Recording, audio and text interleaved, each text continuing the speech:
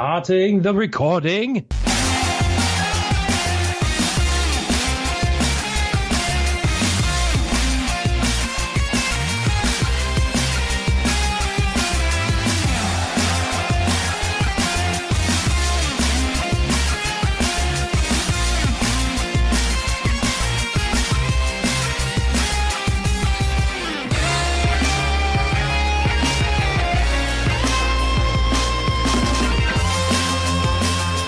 What's up, bitches? World 101 Podcast is back. I am your host, as always, Larry the Bearded Wonder. Joining me is my ever-present, effervescent sidekick, Eddie Magic Head V. Somehow I'm a go robot. Yeah, Skype says you're a robot. At least Skype turned you into a robot. We'll leave it at that. And back from the dead is our partner in crime, Corey in Ultra High Def Derek. I'm back. I'm here. I'm everywhere. And I'm wearing red, and I don't know why I'm singing the song. Hey, guys. Oh, God. Wow. Actually, I'd say if anybody's back from the dead, it's me. I spent 3 weeks dying of the fucking plague, and I finally managed to kick it. I don't have the physical energy or strength back, but I'm not, sick anymore, at least. Dude, I'm not shitting you. I've been to the ER 3 times in the last 3 weeks. It was awful. That is true. That sounds like a good time. Yeah, it was pretty fucking fantastic. Sounds like you're making some new friends. Clearly. I've got a new club card that they stamp every time I go. Every 10th visit is free. Dang. That's a shame. Oh, God. So, what the hell has everybody been playing? Corey, what have you been playing for the last, month and a half since you vanished off the face of the earth? What have I been playing? Well, let's start with recently since it's the most exciting. I've been playing this little game on Switch called Celeste. Now, let me tell you about Celeste. Sell me on this, because I'm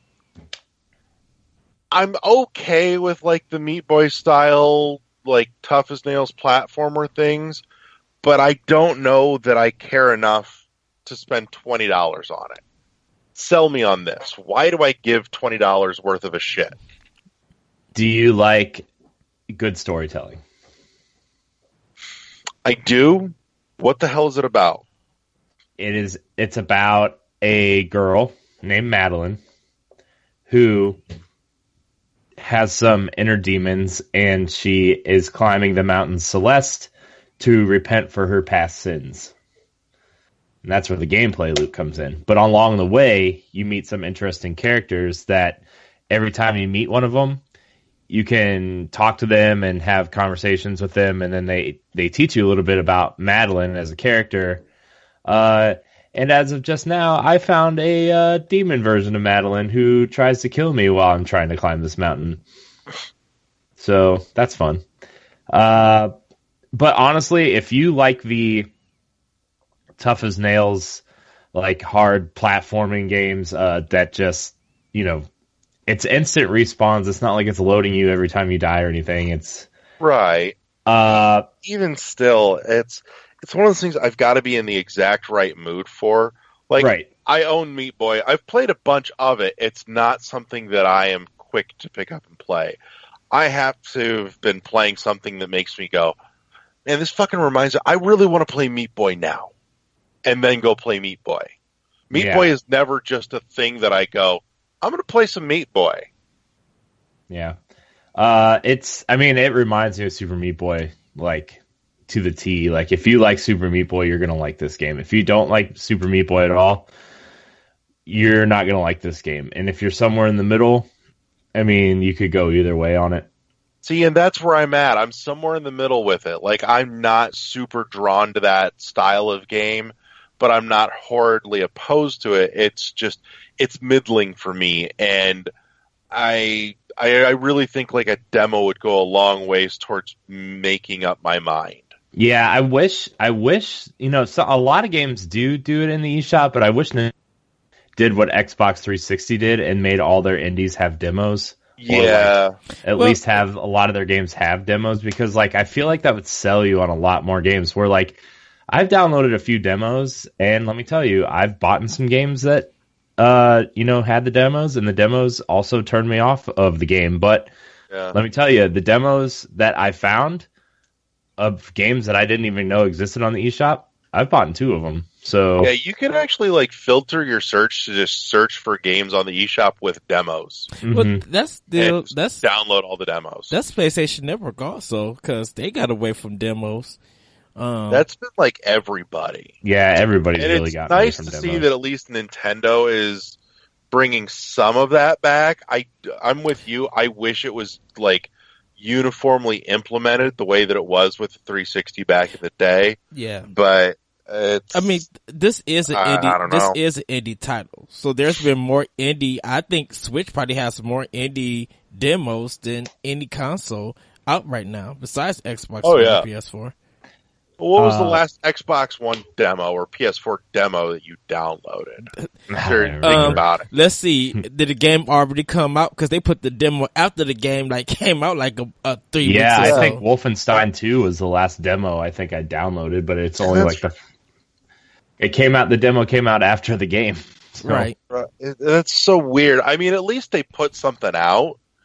But yeah, that's fucking weird. Seriously, you'd think they'd want to like get you on board the fucking hype train, but whatever. Yeah. So- But I'm really enjoying Celeste because I love Super Meat Boy. And by the way, playing Super Meat Boy 2, and then I bought Celeste, and now every time I play Super Meat Boy, I'm using this. And guess what? There's no dash in Super Meat Boy. And it really messes you up when you're trying to do a long jump and you're like, oh crap, I don't have a dash. And then you get caught in some fans and you die. But one game that does have a demo, and I bought because I played the demo a while ago, and this game it's called Lumo. And it is, it's $20 on the eShop, but imagine if Captain Toad, but all the levels were put together by long hallways, and there's backtracking like Metroid. Okay, so there's a demo for that I need to go check out, apparently. Yes. Okay. Lumo is great. Yeah. Lumo, there's a physical copy I saw when I was like looking at stuff like upcoming Switch games probably like 3 months ago, and I saw this game, and they had the box art there, and I like checked out the game based off the box art. Okay. And like, which is like kind of not really what I do, but that box art looked really cool. It just had this like purple night sky and this little wizard on like with this little book, and like I was like, there's something to be said for good box art, though. I mean, seriously, like it's like any good book. Honestly, there really is something to be said for. You've got to grab somebody's attention somehow, and obviously, if the cover's the first thing they're going to see, then make it fucking interesting. Well, for Lumo, PS4 was the only physical one out.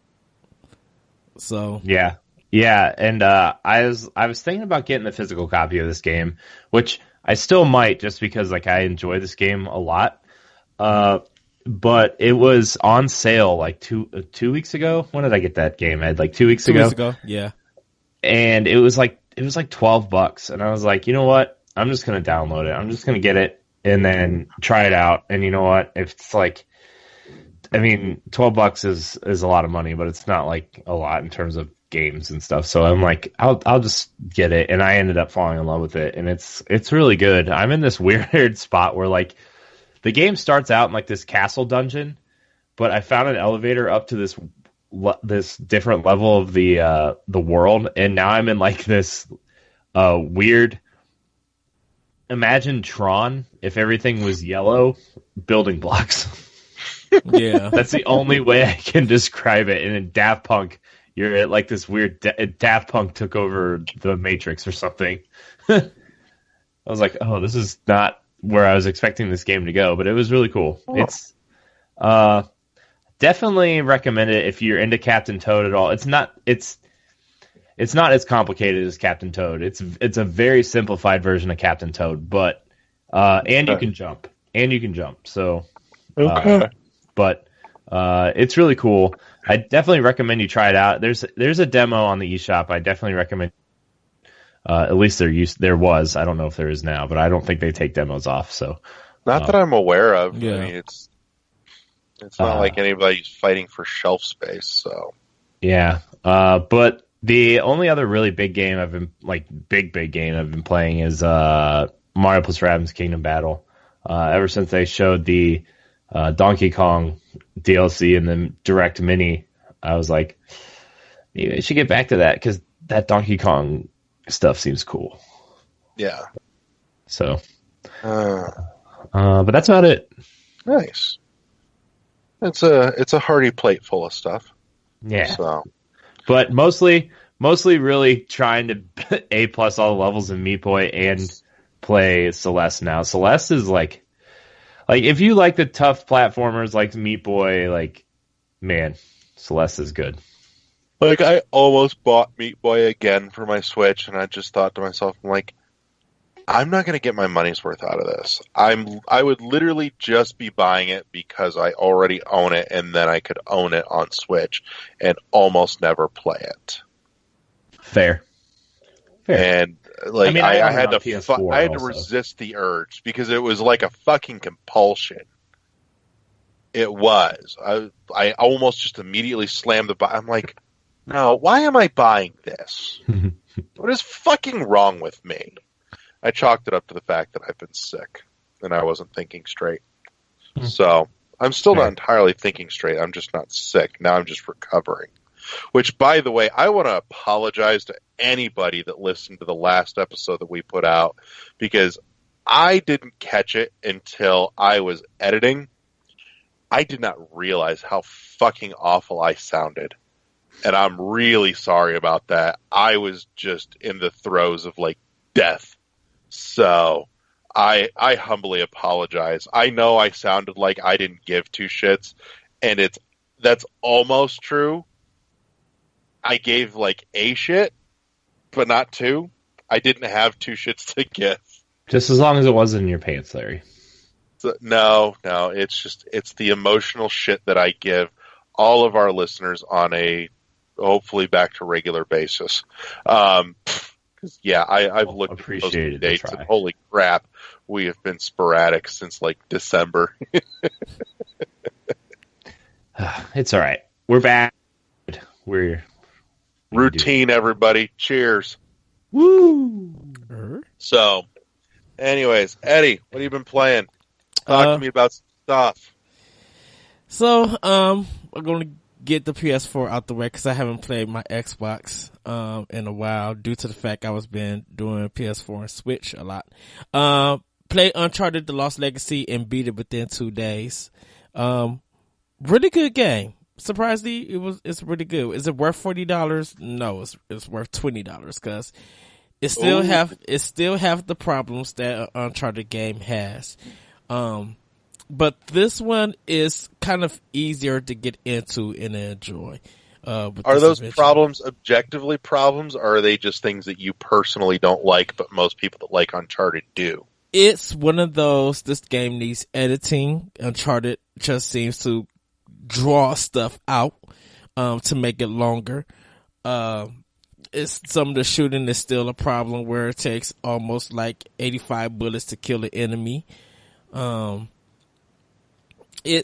There's some points in the game that give you no direction, so you really don't know where to jump or where to land at. There's some bugs that when you do something, it'll do it, but it's supposed to do something else after it, and it just never do.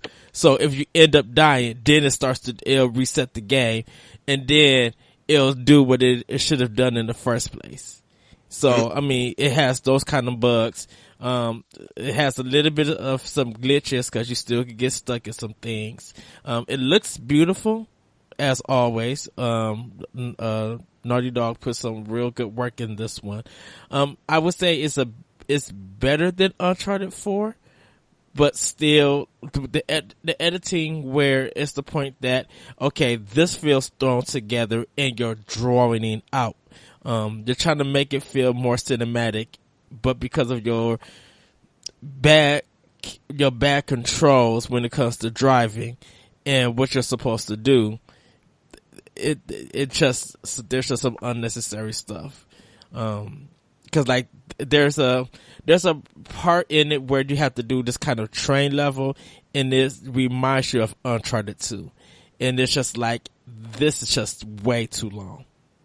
And but I enjoyed it. It was fun. Like I said, it's not worth $40. I say it's worth maybe 20. But yeah, I beat it in 2 days and put in it's like 8 hours worth of gameplay. If it's on sale for $30, would you justify it? No. All right, so hard line at $20. Hard line at $20.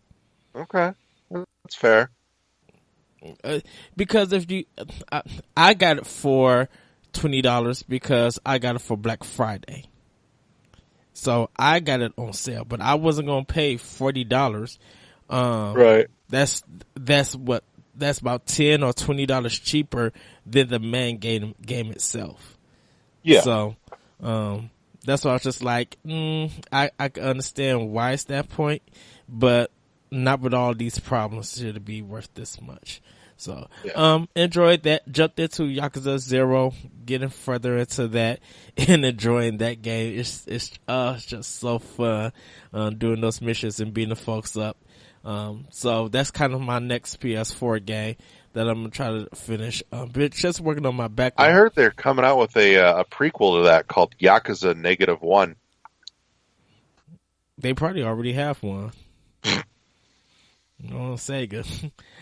So Yakuza 00. That's Infinity. The beginning of the beginning. Right. How the group all came together. So, on my Switch, been playing Graceful Explosion Machine. On the third world, I almost got everything beaten. So I only got like 17 levels left. I got still the world 4 to unlock, and then, all the 7 levels left for, world 3. The game is getting really good. And I love the fact, that in this third world, they throw more monsters at you. So now you have a point to actually really do better combos, and get your score points up. It's gonna get tough. And you know what? I enjoy every challenge because, I unlocked both of the last challenging worlds where it's like that world thing that has to open. I already beat it for 1 or 2. They're endurance stages.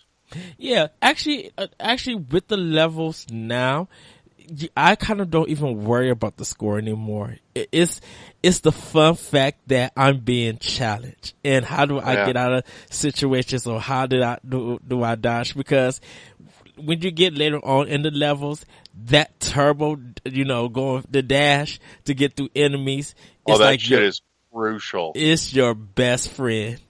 I want your input on this, by the way, because I had this feeling playing it when it first came out, and I believe it or not, I revisited it briefly yesterday.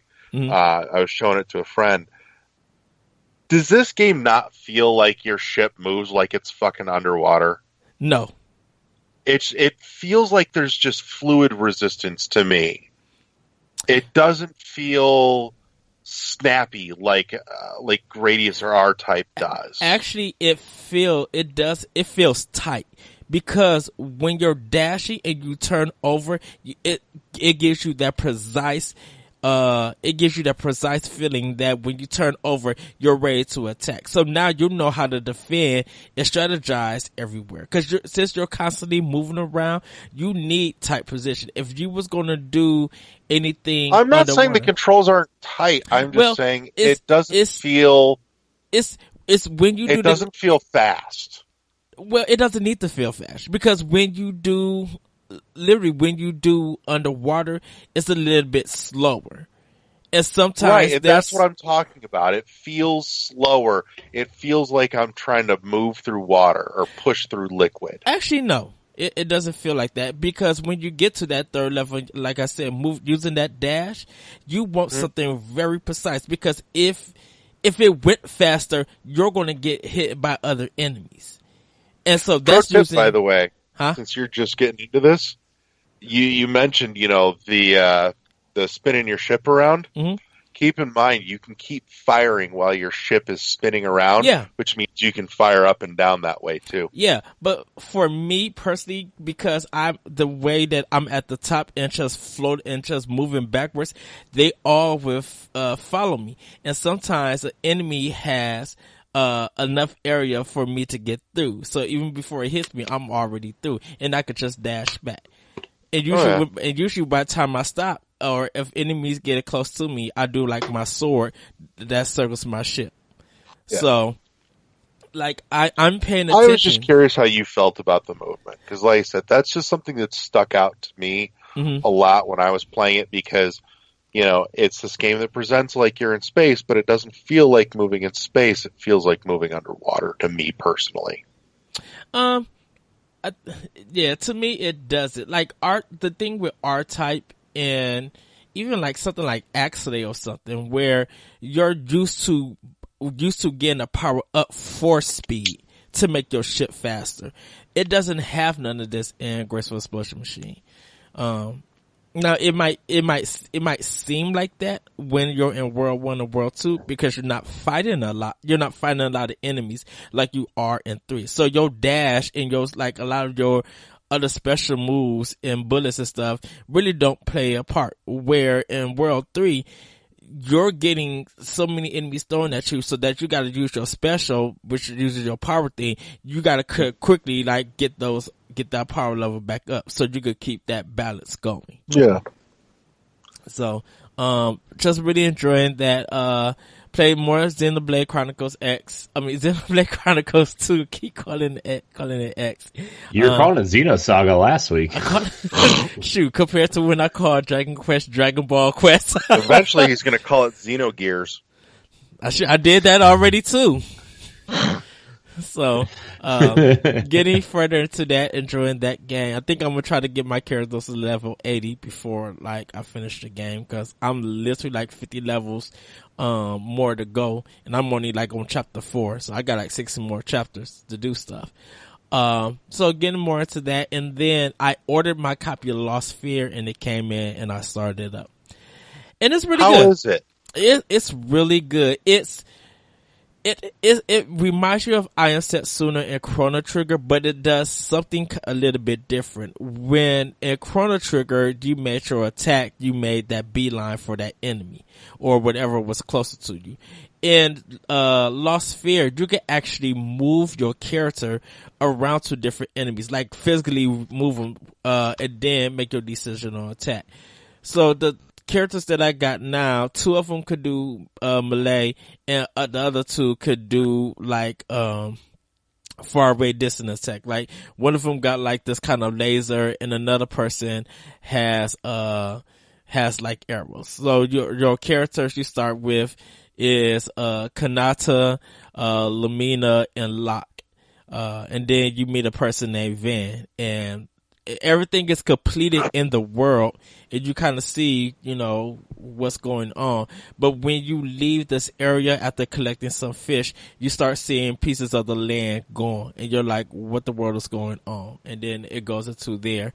It then explains on how everything comes back, and how you, as the main character, can help restore the memories of the land. So it's getting really good, very interesting to play. The Iron Setsuna comes in as gameplay, where it kind of teaches you, like, if you see this blue ball that comes to you, you press this button at the right time, and it'll do a special attack almost, and it'll help you do more damage. And that's kind of in Iron Setsuna, where before you attack, there's a white light, and if you press the button at the right time, it'll do extra damage. It really feels like they kind of reskin Iron Setsuna in a sense. But I gotta play more of Iron Setsuna on PS4, and I gotta play more of this on Switch. But that's pretty much what I've been playing. And and Dragon Quest, Monster Hunter Stories. I've been playing on 3DS, getting a little bit further in that.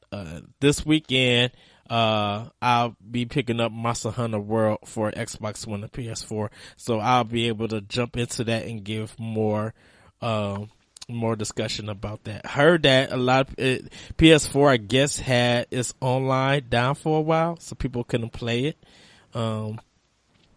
But from what other people show, they've been showing more of what they've been doing with their share on PS4. So kind of interested to see. And boy, I seen the loading problems on that game. On Dude, PS4 I had a friend Pro. of mine tell me that the English voice acting was horrible. That I didn't know. Apparently, like the voice dubbing just comes nowhere near to syncing up with the mouth movements at all. It just looks like a horribly dubbed, like old school Japanese Godzilla movie. Oh wow. I know there's a guy named, I'm just picturing, little Japanese men running around going, "Oh no, Godzilla." I know there's a guy named Gaijin Hunter. He has a YouTube series of Monster Hunter, and he showcased PS4 Pro HDD. I guess when it's just like on a hard drive, like the regular PS4, and I guess he has installed a SSD or SDD or something like that. Solid state drive, yeah. Okay, so on the Pro, it takes he was about to start the quest. It took a minute for him to load. On the SDD or SSD, it only did it in 6 seconds, and he showed the video on it. He then showed the same video but added the Xbox One X. So the SSD was quicker, Xbox One X was second, and Pro was still loading. And I was just like, solid state drive is always going to be faster. It's due to the nature of the way that it's designed. Like a regular hard drive is, a magnetic disc that spins and you read it. Yeah. Solid state drive doesn't have that. There's no moving parts. So that's just think like a giant flash drive, basically. That's something that you have to install, right? Right. It's like I said, they're not cheap either. That's why you can get huge, terabyte hard drives for the same price as you can get a solid state drive that's maybe a quarter of that storage capacity. Okay. Because I was just trying to, when I'm like SSD, for some reason I couldn't think of it. I'm just like, what is SSD? I just couldn't think of it. Yeah, he said the data retrieval time on those is infinitely faster than a regular hard drive, but it's way more expensive. No, but and I don't know. I think he was playing it off the disc, but that's. From what I hear, even with the digital version, it's still that 1 minute loading time. Like, it was just like the loading time is like very problematic, and I'm just like, well, this is weird. Well, and again, depending, especially with digital, depending on what kind of hard drive or what kind of drive it's stored on, is going to at least in part determine how fast it can load. Because is it having to spin and read, or can it instantly grab the information from a solid state? So, and it's weird that Celeste is actually beating Monster Hunter in reviews. Like, Celeste already got like 2 10s, and Monster Hunter got like 9s and 9.5. So that's kind of very interesting. So, but yeah, that's what I've been playing. I hope I'll be playing Monster Hunter. And the reason like I said, that I'm getting it for both systems, because I want to play with different people online who's in the community for NGR. So we're gonna do PS4 players and Xbox One players, and have fun. Right on. Well, let's see. What all have I been digging into? Played a little bit more of Dead Synchronicity, and I didn't make a whole lot of progress, but I still really love listening to the guy next to the trash fire talk, because whoever they hired to do that dude's voice is amazing. Somebody give that dude an Oscar. Like, this guy hardcore gave a shit about this role. It shows in the difference between his voice acting in everybody else. It's magnificent. It's kind of like how it's like going back and watching Street Fighter. Everybody in that movie just did not give a fuck except Raul Julia. It's that kind of difference almost. Wow. But I want the guy that played the homeless man next to the trash fire to voice everything from now on. Is he like overacting or almost, but not quite? It's just up to the line and it's perfect. It's so perfect. I do like the art style too, though. The art style really has something that should be said for it. It's very distinct. I can't say that it reminds me of anything else in particular, but it is very standout and unique on its own, and I like that fact a lot. Again, I haven't made a whole lot of progress on it. I put it back down, and after messing with it for about 20 minutes. Next on the list, this one hurts me. And it hurts me because I care. I've been playing Slain, what was it, Back from Hell or some shit like that. Whatever. Is that the game on the eShop that looks like a blatant ripoff of Doom, where the cover art or like the image art? Or is that different? I think you might be thinking of something else. Yeah, Slain. It's like a 2D. Is it pixel? Was it 2D pixelated? Oh yeah, it is, and that's where it hurts me here. Oh, so this had all the makings of what should have felt like Castlevania mixed with some heavy metal influence. Mm-hmm. My problem is this. Thus far that I've played, it's extremely linear, which is not inherently bad. I'm okay with that. I would have really liked it if it felt more like Castlevania mixed with some heavy metal, but it's passable. My problem is this. It is the art design is way too busy to try and do that on a 16-bit style. This is a game that honestly should have been done with very clean, crisp, high-def visuals. Because everything looks muddy. It's too busy to try and put it on those few pixels. It just doesn't work. And that's the real shame here. This is something that had so much potential. And it almost delivered, but it missed it on that mark, and that mark hurt it so much that it's frustrating to play. It's visually difficult to play because trying to decipher what something is next to impossible. And that's fucking criminal in this game. I know they had to patch it. I think they patched it like last month or something, because when it first came out, they said they had problems. I have no idea about it. I can only speak to it as it is right now, and that's what I can tell you. I mean, mechanics-wise, it plays just fine. It's plenty fun.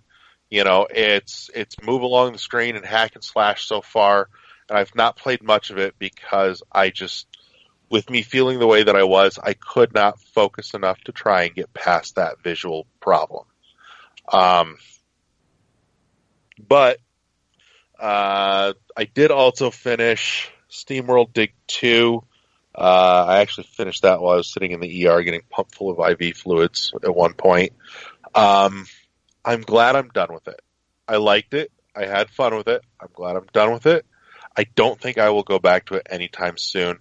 I am totally ready to rebuy the first SteamWorld as soon as it hits my Switch, though. I will still probably replay it on my 3DS still. I wonder if they're going to do like a full-on collection, like physical full-on, where they add... They did for the other systems. They did. I know there was one for they Wii did U. with with Dig Well, and Heist. I mean, adding everything for one, Yeah, and two, and I think I the I other would one. double dip on that. I will say I liked the fact that the end of SteamWorld Dig 2 did actually give a lead into Heist, because when Heist came out, there was really no connection between Dig and Heist. So the fact that they put that connection there, I like. I really appreciate that fact. Um, it's minor and it's stupid, but I like the fact that it's a loose end that they connected and tied up. Was Heist supposed to be like 1.5 or like a side story? To No, Steamworld Dig? Heist was just a different game set in the same universe. Okay. That's all it was. It had nothing to do with Dig. It wasn't an in-between or anything like that. So really, chronologically, what's happened is SteamWorld Dig, Dig 2, then Heist. Then Heist. Okay. Because the end of Dig 2 shows them getting onto the rocket ship to leave for outer space, which is where Heist happens, is in space, because it's, you dock up next to another ship and you fucking invade them and you raid their ship. Okay. So, anyways, also been playing, I've been digging back into a little bit more of Mummy Demastered, which is excellent. It unlike Slain, it does work with the pixelated, 16-bit look. Good on you. Keep up the good work. Fantastic. I don't think I would have recognized the problem with Slain so much had it not been for the fact that somebody posted, is anybody getting tired of seeing these retro style games yet? And I thought about it. I'm like, I'm not tired of it, but Slain made me realize that not every game needs to be that way. Some games, in order to achieve what you really want your vision to be, you have to come into the modern. Yes, the retro aesthetic has its place, and it's great for a lot of things. But you as a developer and as an artist have to know when it is and is not applicable. Well, you have to think of budget though. And you got to think of what program that they're using if it's going to even give them that different style. Because if they're on the tight budget and they could get pixelated 16-bit off of Unity and it's quicker, cheaper, and easier, where are they could focus on they working got to on... clean up what they're putting out there, because Yeah, what they true. put out there is almost unreadable. That is true. Well, and that's when playtesting comes into play. And somebody there should have seen it and known better and said, we can't ship this. Yeah, that's a problem. Well, it really is. It's one of those success stories where if you see that this style of graphics is becoming very popular and there's becoming a success story, someone else is going to jump on it. Don't forget, Metroidvania for indies was plenty, because it was a success story for a lot of developers. Yeah. And so people jumped on that. Yeah. Which, by the way, brings me to the end of what I've been playing this week. And it brings me to the first piece of news that I'm dying to fucking talk about here. We already know that Hollow Knight's coming towards the end of February. And you've heard me talk about this, that I want this, and I'm sad that, it wasn't happening. Well, Thursday, God bless their little hearts, Motion Twin just announced that when the 1.0 version of Dead Cells finally hits, it's coming to fucking Switch, and I fucking lost my shit at work as soon as I saw that announcement. Oh my God, I was through the roof. I was still sick and then ended up vomiting later that day, but God, I was happy while I was doing it. So I am beyond pumped that Dead Cells is fucking coming to consoles. That shit just thrills me to death. I have been drooling over footage of this game since like May when it hit early access. And if you've not seen anything on it yet, you should. I think that I think the interest, because even me and you was talking about it last week. or the week before about Dead Cells needed to be on Switch, and then just people talking about it and stuff. I think people have revisited Dead Cells and was just like, okay, yes, now I see why this game needs to be on Switch. I think people were just revisiting because it's been out on PC for a while, but it didn't really get no talk. It's been in early access, but the thing is there's enough reason to revisit it because they are frequently updating. Motion Twin didn't commit the cardinal sin of early access, which is dump it out there and don't do anything to it for a year and a half and then just leave it to die. Motion Twin put out the early build and then kept adding to it because they're still working on it, and there's an actual finished product in mind. There was like really no kind of news for its updates. I guess if you weren't into the community, because you heard people talk about how good Dead Cells was. It did numbers, and then it kind of just faded away because people were playing other stuff. So with people now just revisit, because like I said, you was talking, I just seen like all on my social media that people were visiting Dead Cells, and it was just like, yeah, this game needs to be on Switch. And I think after we like talked about it, maybe a few days later, it had got announced for Switch. Yeah, because that was just a couple days ago that they announced that, and I was just so unbelievably happy. Like, that's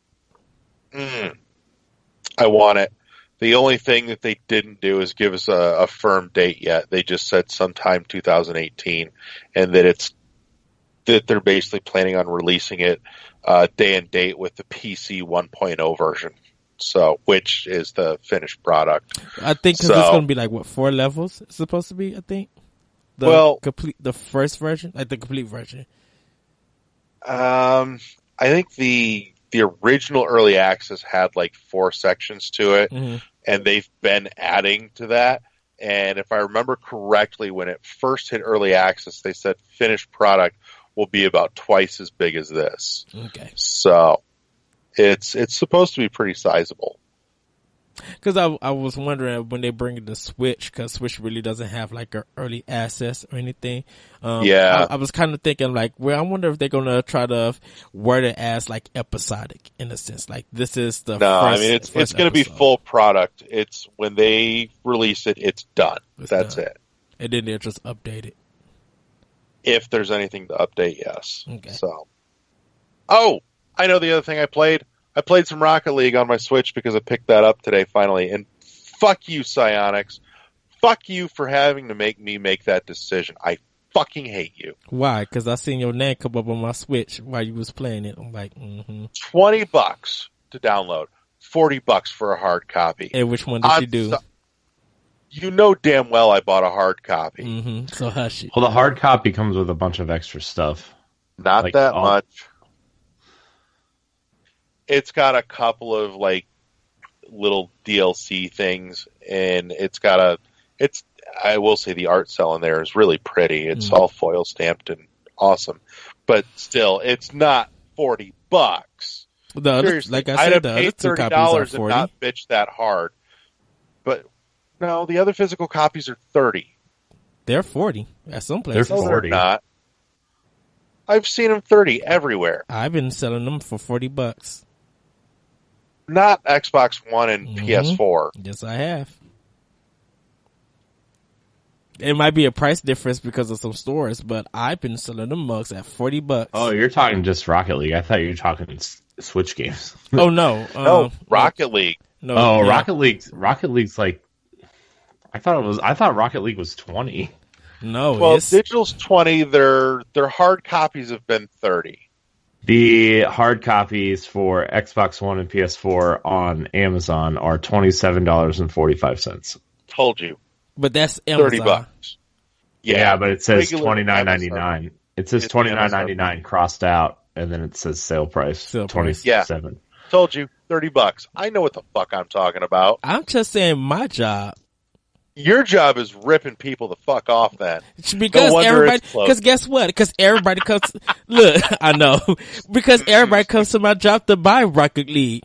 Every time I go to Target or Best Buy, their Rocket Leagues are If you bought a copy of Rocket League from Eddie on PS4 Xbox One and you paid $40, you should know he pocketed 10 of it. I didn't pocket nothing. Your store online has Rocket League for Xbox One and PS4 for $29.99 with free shipping. Told you, Eddie is pocketing $10 a copy. $10. I'm not pocketing $10. Eddie's a goddamn con because man. And plus their online is different than our in store because they could throw sales on it. But because we were setting out of Rocket League for Xbox One and PS4, Jacked up the price. They might actually had gone up in price because every time we get a copy in for those systems, they're gone. But it sucks that we keep getting like 1 or 2 copies. Yeah, don't go surge pricing video games, Eddie. That's bad business. That's why your store's closing. That's not me. I don't surge price nothing. I'm just checking prices online. I just lead people who want to buy video games to the Nintendo section. But yeah, $40 for the Switch copy of Rocket League fucking hurt, and I am not happy about it. You're not happy, but you bought it anyway. You complaining because you bought something that you know good and well you had a decision not to buy it, but you just said, F the decision, I'm going to buy it anyway. I know, because I like to actually physically own my games whenever possible. You know? Sorry, I didn't want to tentatively rent. Gamefly. No, even digital is technically renting. I don't care how you spin it, but renting the license. Yeah, exactly. You know, if I own it, I should be able to resell it. Can't do that digital, which is still bullshit. But in any case, so there it is. I bought it, but all the same, fuck you for that shit, Psyonix. Okay, you're gonna be mad and you're gonna still play and forget that you mad about it within the week. I'm still going to play it. I'm still going to be salty that it's $40. You're not going to be salty. I bet you forget about it. Oh no, I'm going to be salty. I will still be fucking salty. You have no idea how long I can hold a pissed off grudge about that shit. I'm going to give you to next week. Watch, it's going to be 3 months later. I'm still going to fucking bitch about it. I'll probably be down there. Look, I'll probably be down there when you played it. It's just like, you're just having fun with me. So, that aside, though, as far as how it runs, it looks great on Switch. It plays great on Switch. I wish they had gotten the hard copy out sooner. It would have made it easier for me to bite the bullet. But all the same, it's here now. I finally have it. It makes me happy. I love the music in the lobby. I will still just let that shit play in the background. Okay. I'm trying to figure out how in the hell I unlock the Samus battle car because it's not unlocked by default. That's dumb. I think you had the Mario Luigi one is. I think you just have to. That's even worse. I think you have to continue playing. Well, they said that you had to unlock it through normal play. They said that in the E3 Direct. They didn't say much of anything about it in the E3 Direct other than it was happening. I thought that. Then it might have been that September or October Direct when they showed it again. It might have been October or Direct. I'll get there. It's an objective for me now. So, but yeah, there's also been a bunch of other way cool shit announced coming to Switch here in the last week or so. But Dead Cells was the one that had me hyped. So really, for me, between Dead Cells and Hollow Knight, I feel very happy and complete on the things that are coming to my Switch. It's so weird that they mentioned Dead Cells for Switch more than they mentioned it for PS4. It's because they know where the audience is. Plus PS4 is getting Iconoclast first, so like, I don't know. Iconoclast looks amazing, by the way. Yeah, I heard it was really good. I hope it comes to Switch. I'm going to try to hold out because like I really want to play that game, but I want to wait for it. Yeah. Well, I know I'm getting that this weekend too. Hopefully it is good. It just sucks that it came out the week of Monster Hunter and Dragon Ball Fighters. Because people will focus more on those two games. I'm debating the Monster Hunter thing, but I don't know. Everything that came out this week just didn't interest me except for Celeste. I don't know. There is some good stuff on sale on the eShop too. I almost broke and bought Doom on the eShop because it was like almost $20 off. It's not bad. Hope we get to No, I mean they've got some really solid sales on there. Like Arms is like almost $20 off, and I think the other one. I think the Mario and Rabbids Kingdom Battle is like super discounted too. Plus, they're doing that sale again, where if you buy the digital copy, you get the season pass for free. Nice. If you buy the deluxe edition, it's $59.99. So, but yeah, there's some really good sales happening on the eShop right now. So, if you haven't yet already, go check it out. Pick up some like big AAA titles for like 20 per, like a third off. It's awesome. Yeah, I kept forgetting to get Blossom Tale. I'm like, dang it, I'll just buy that Friday. Oh yeah, I played that too. I'm still not sold on picking that up yet. I'm wavering, and I will probably get there eventually. I think I'm going to hold off until I plow through more of the huge pile of games that I've bought recently, and probably play a few demos along the way. Well, I know I have to definitely put like $60 way to the side for Bayonetta 2 collection, because that is a must. That is a must for February. I don't care what don't care what you say about to say. I need my Bayonetta on the go. I need my fix badly. I'm glad it's happening. I'm just disappointed that they're going that same route as the Resident Evil collection, where one of them is a fucking download. I know that upsets me. I mean, like, for Resident Evil, it didn't really upset me because I'm not like a huge Resident Evil fan. Mm-hmm. But for something like Bayonetta, like, why wouldn't you just release one? Why wouldn't you just release them separately and sell them each for $40? Yeah, I think because it's just easier that way of releasing. No excuse, Ed. No excuse. And then doing the other one. Bullshit. Nintendo doesn't do easy. I don't care. Guess what? I'm still getting it. I'm going to play it probably for half of 2018 over and over. Hershit. It's just upsetting all the same. But you just going to have to be upset. Because guess what? We are upset. That's what you white folks going to have to be. Because this black Negro right here is going to enjoy every minute of playing the game. You know what I'm upset about, Ed?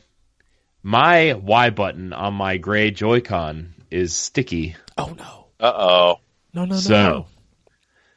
That's what I'm upset about. That's a legit reason to be upset. Okay, I want your blue color. I actually want your blue color, but in a Pro controller. That's what I want for my Switch now. Well, my blue ones are fine, but I think this is a good opportunity for me to get the replacement shells, the white ones from Amazon with the real D-pad, and like maybe tinker with it. I think this is a good time to do it. Tinker. And I'll probably mess it up really bad, but because I'm not smart, but it's okay. Shit, I still need to give me a Switch case. News-wise, though, really the biggest news this week is that everything is coming to Switch. Holy shit. I swear there was like 20 things announced that were all coming to Switch this week, and it just made me happy inside. We have and I actually have all the stories pulled up for Power Block. Heck, we did an episode about it. Breakdown. Make sure you all tune into Power Block this week. Shit, we did a bonus episode about it. I just found like we did a bonus episode, and I literally posted it the next day, and it was already out of date, and we recorded at 11 o'clock at night. Right. But and the next day when it posted, it was already out of date. Because we did it at night. We did it on a Thursday, and then that Friday, because I even messaged you that there was like 2 more games that got announced. Yeah, you texted me like Zeo Drifter and then something else. I forget what it was. We knew Zeo Drifter was coming, but we didn't have but they had a date. They gave us a date literally like 4 hours later. I'm like, come on. And then like Night in the Woods ended up Who announces a release date at 3 o'clock in the morning? Apparently, whoever puts out Switch games, that's who. Well, it's going to be out of date again because tomorrow, on actual Monday, there's going to be some more announcements. You know what? You know what game we didn't add to the list, Ed? And this is how I meant to open the show today, but I forgot about it until I opened up the stories I had for Power Block. Mm-hmm. Shaq Fu is getting a physical release on Switch. Yeah. Hot damn. I want to turn into a raccoon and eat garbage instead of playing the What's garbage. awesome is that I will be able to determine if I want to physically pay for that because I'm getting a free copy. I know. April 3rd, guys. April 3rd. Ugh, goodness. It's about fucking time. Why can't this be an April Fool's joke? Ugh. What do you care? I don't care because I'm getting it for free, so screw you. Shaq Fu's going to be awesome. I'm getting this just because Shaq Fu is amazing. I'm getting it because I ponied up for NBA Playgrounds. I'm just going to be on that. I'm just going to be on that Power Block with a big box of healthy garbage bags. And once you start talking, I'm gonna put it. I'm gonna email Shaquille O'Neal's publicist, and we're just gonna do Power Block that day. That's completely fine. Power Block with Shaq. God. Email his publicist. See if we can get him to come on and talk about starring in a new Shaq Fu game. Yes. Talk about his rap album. Yeah, we can do that too. We can talk about if there's a sequel to Kazam in the works. Ooh, goodness. Yeah. Why did you get paid for garbage? We could also get him to talk to us about Icy Hot. Yeah, I need some. My back hurts real bad. See if he's giving out free samples. Right. Oh, God. I think that means we've just hit the mark there, guys. So, as always, you can find us at our home on ShotEngine.com, the NGR YouTube channel. Make sure you check us out there along with all the other awesome stuff like the aforementioned Nintendo Power Block. Also pick us up on iTunes, Google Play Music, like the Facebook page. Check out the Twitch channel where we rebroadcast old episodes for your entertainment and listening suffrage. Yeah. That's the Twitter. Yeah, follow on the Twitters. That's a thing too. You want to give them the Twitter thing to follow us at? If you haven't figured it out by now, you're a lost cause. Give them the Twitter. World1_1 podcast. Find us on the Twitters. Can I say something real quick? You can always say something. I just want to say that Shaq Fu's power-ups are named after every nickname he ever had in the NBA. This is depressing. Big Diesel, Big Aristotle, Big Daddy O, and the Backbreaker. I just want to point it out. This is the official press release for Shaq Fu, A Legend Reborn. We have reached the Great Depression Part 3. You can wield katanas, shurikens, and baseball bats, as well as master devastating combos by letting Shaq rip against his enemies. I think that's supposed to say rap. Wow, this is a mess. That they actually got Shaq to voice himself in the game. Oh, that's awesome. I knew he was doing the commercials, but he's actually voicing himself. That's so awesome. Battle outlandish celebrity bosses with special skills, power-ups, and old-fashioned martial get the rights to for this? It doesn't say. God damn it! I need to know who I have to look forward to killing. Who am I doing combat with?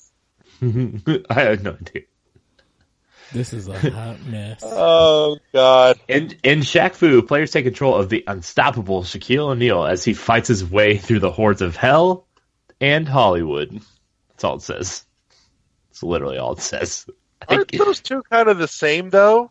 I mean, yeah, pretty much. Oh, well. All right, boys and girls, that's it. Corey, thank God you're back. Yay, video. Yay. Stuff. Things. All right, ladies and gentlemen, it's been real. It's been fun. It just hasn't been real fun. We'll see you back again next week. Peace. Bye, everybody. Goodbye.